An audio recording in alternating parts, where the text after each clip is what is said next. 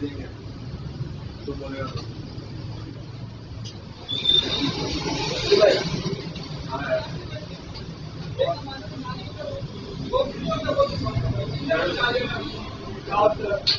क्या भिजवाना है? एक दफा पहले भी आपकी वो कोई भाई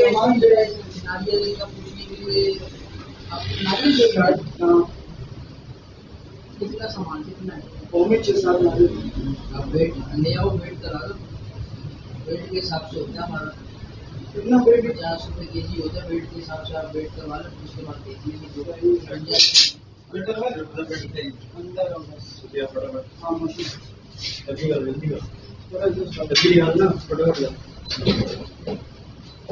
इसका कोड बता क्या है? वगैरह है क्या कोड है बताए मेरे को बता कोड बोले प्रैक्टिकल क्या है बता दोबारा 7 मुझे बता मेरे को इंग्लिश है 7 5 8 9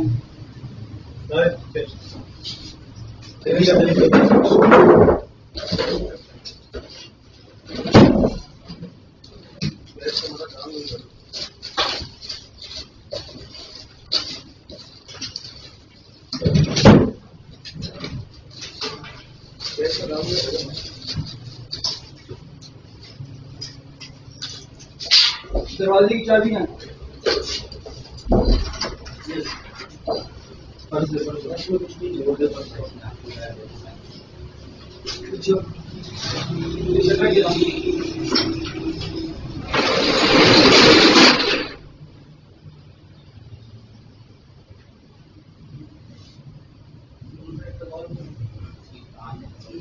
किसी का इनकम छोड़ दो